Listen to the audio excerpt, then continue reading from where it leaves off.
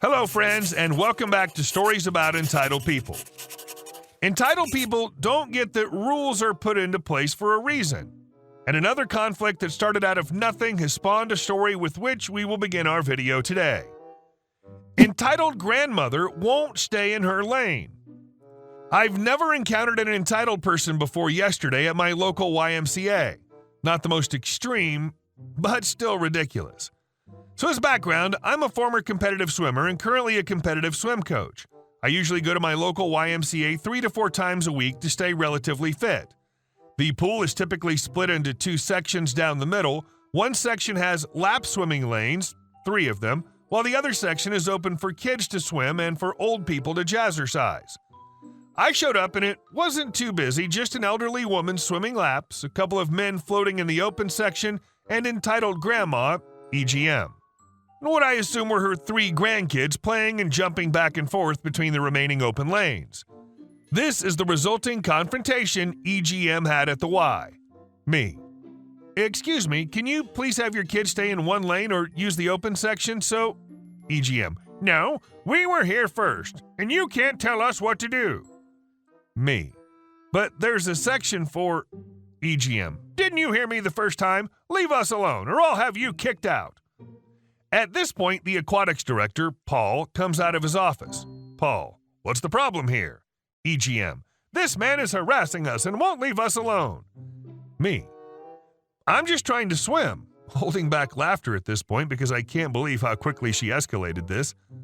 Paul, EGM, I've already told you that your kids are only allowed in these lanes if they're getting lessons or there are no lap swimmers available. EGM, but we were here first. AD, I'm sorry, but it's pool policy. One of the EK, but we don't want to move. EGM, see, you're ruining their day at the pool. Paul, if they want to continue swimming, they need to stay in their designated area. At this point, I thought it was over. I had a lane to swim in, and I started my workout. About 10 minutes into my swim, a little kid jumps on top of me. Sure enough, it's one of EK's. EGM waited for the Paul to go back to his office and then started throwing all of her kids' toys in my lane. Me, what the hell, lady? EGM, I told you, we were here first. Paul can't tell me what to do. Me, what's wrong with you? There's so much space everywhere else in the pool. EGM, well, we want this spot here. And now the youngest of the 3 EK starts crying, drawing out Paul again. Paul, EGM, I told you to stay in your area.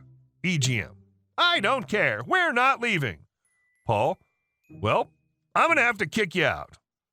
And then the real explosion started. EGM, what? How dare you do this to us? My son is a lawyer. I'm going to have him all over you in no time. Paul, laughing, I work at the YMCA, but sure, waste your time going after all my money. EGM screams incoherently for about 5 minutes, then packs up her grandkids and storms out. I finished my workout and tried to process how the hell this just happened. Some people want to have confrontations just to feel important. There was no reason for those kids to be on the wrong side of the pool, other than making EGM feel she was the queen of the pool. And our second story. If you can't do it, cancel it. At one point in my life, I worked at a really high-end tool manufacturing company. This company was relatively small and for a niche market, but people in that market absolutely loved these tools and still do. Every once in a while, the company do special runs of tools that they took pre-orders for and only made a small amount of extras so they could sell them at trade shows as well or use them for warranties. These special run tools would then be made and shipped out months later due to manufacturing time. Well, one day I got a call from a customer who called in regularly. This particular customer was very sketchy. He always wanted to change his payments to different credit cards or change the shipping address, but his payments always went through and no complaint was ever filed about this customer with us. However, this particular customer was really rude, so nobody liked to talk to him. As I said, I got a call from this particular man and said, I need all of my orders on file changed to this new credit card number. The problem was that all the orders were made online with an encryption that didn't show us the number and would not allow us to change the credit card number unless we were going to process the order. There was no way for me to blanket change all of his orders, and he had at least 20 orders on file as he ordered something almost every week. He had thousands of dollars worth of tools on order, and some of them were those special run tools that were a limited quantity. I explained to him that I couldn't change the payment type on all of his orders because they weren't ready to be processed. He immediately started yelling at me and wanted to talk to a manager. I put him on hold, called my boss's extension, and told him the situation. My boss knew the customer's reputation and how much of a jerk he could be, so he told me just to politely tell him that no manager is available and that I could deal with him however I wanted.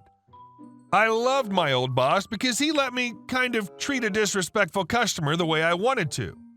So this is where I start thinking of how I'm going to deal with this jackwagon. When I get back on the phone with him, before I can even say a word, he starts yelling at me, telling me, "If you can't do it, cancel it." This was it. This was perfect. I told him, "All right, I'll take care of it for you, sir." Then I told him to have a nice day and hung up the phone. After I hung up the phone, I canceled all of his orders and put a comment in each order saying, "Canceled per customer request," with the date, time, who he talked to, me, and the reason why he had them canceled. Move forward a couple of weeks later, and he calls up again, and to my luck, I answered the phone. He was furious as to why his latest order hadn't shipped and why it was so late. A giant smile crossed my face when I asked for his order number. He told me his order number, and I told him that the order had been canceled per his request. He got even more upset and told me that he never canceled his order and wanted to talk to a manager. So I put him on hold and immediately walked to my boss's office and told him he needed to talk to the guy I put on hold, but I asked if he could do it on speakerphone with me there. Like I said, my boss was super cool, and he said, "Sure." So he answers the phone, and this customer goes crazy, saying how he never canceled an order and that he needs this tool. My boss calmly told him that this order had been canceled and read my comment to the customer. My boss understood exactly what happened and got a smile on his face too. My boss tells this guy that he can reorder this particular order. This order wasn't a special run tool order, but the shipping date would be much later because of the item being on back order.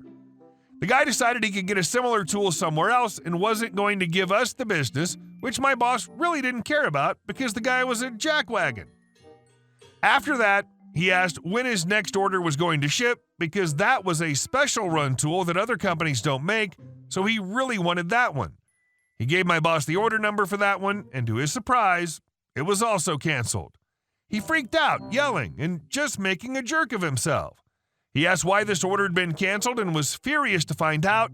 He asked about his other orders and to his distress found them all to have been canceled.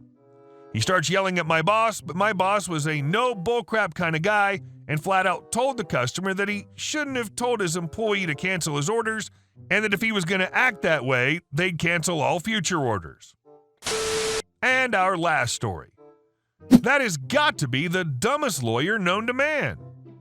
Kate, paraprofessional. It's the new term for what we used to call teacher's assistants. Lily, entitled kid. Ed, entitled dad. M, entitled mom.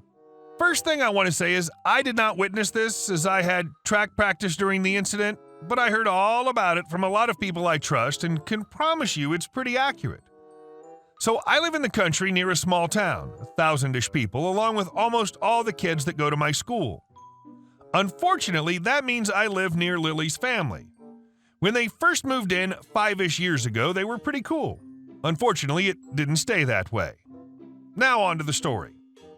So my school releases at 3:30, but all teachers are required to stay until at least 4 in case any students need help with their homework.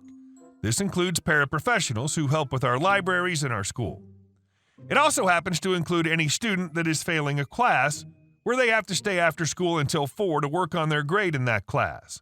The Lily in this situation just so happened to be failing a few classes. Lily, by the way, is the worst driver I've ever seen. Kate was driving out of my school's parking lot at 4-ish. There's only one main exit anyone uses, and Lily comes whipping right up behind her in her beat-up vehicle that's clearly had a few fender benders. She manages to hit the back end of Kate's car and leaves a nice little dent along with scratches on Kate's car as well as her own. Being the entitled little crap she is, she immediately drives off and pretends nothing happened. The next day, Kate talks to the school administration about having a talk with Lily to sort out the mess she made. When the school brings Lily in, she claims that she wasn't even at the school at that time and that Kate must have already had the dent and was just trying to place the blame on Lily so they'd have to pay for it, as everyone considers her a bad driver, except her parents. The school decides to call in Lily's parents, hoping they'll talk some sense into their daughter. Boy, were they wrong. Ed is technically a tax advisor, but always talks about how he's basically a lawyer and has all the knowledge needed to be one. Em is just a hype man. I guess woman, to her husband. They're both crazy. When Ed and Em come in, without even hearing any of the evidence, say that Lily's innocent, as she could never do such a thing with how precious she is. They agree with Lily that Kate was lying about the damage to her car. Ed says that if the school doesn't punish Kate, fire her or something, he'll sue Kate for a false claim and the school for something. He demands that Kate admit she was lying about the damage and even pay for repairs on Lily's car for the annoyance it brought Ed and Em, as well as upsetting Lily so badly. Kate refused to drop the claims and even decided to countersue Ed and Em for their claims against her. Little did Ed know, but the school had security camera footage literally showing Lily smashing into Kate's new car and then speeding off, along with the matching dents and scratches. The school and Kate never told Ed about the footage, and he actually took her to court and represented him and his daughter. From what I heard, the second the security footage was presented, he was dumbfounded, and Kate won her countersuit, which fixed all the damage and received financial compensation. The school banned Lily from parking in the parking lot for 12 months, as well as banning Ed and Em from being on school grounds for the same amount of time, unless they were specifically called in by the school. Hey guys, thank you all for watching the video. I'll see you in the next one.